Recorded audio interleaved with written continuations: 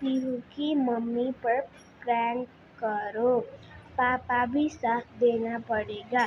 पीहू दीदी का शादी का प्रैंक करो। हम आपके वीडियो नहीं देखेंगे। आप लोगों ने ये वीडियो बनाया तो आपका सब्सक्राइबर्स लोग 2 गुना ज़्यादा हो जाएंगे। आपके वीडियो में सब लाइक करेंगे।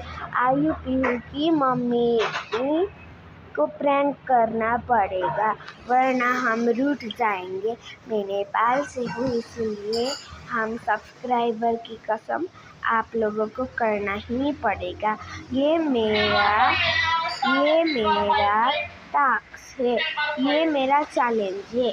करना तो पड़ेगा, वरना हम आप लोगों से रूठ जाएंगे।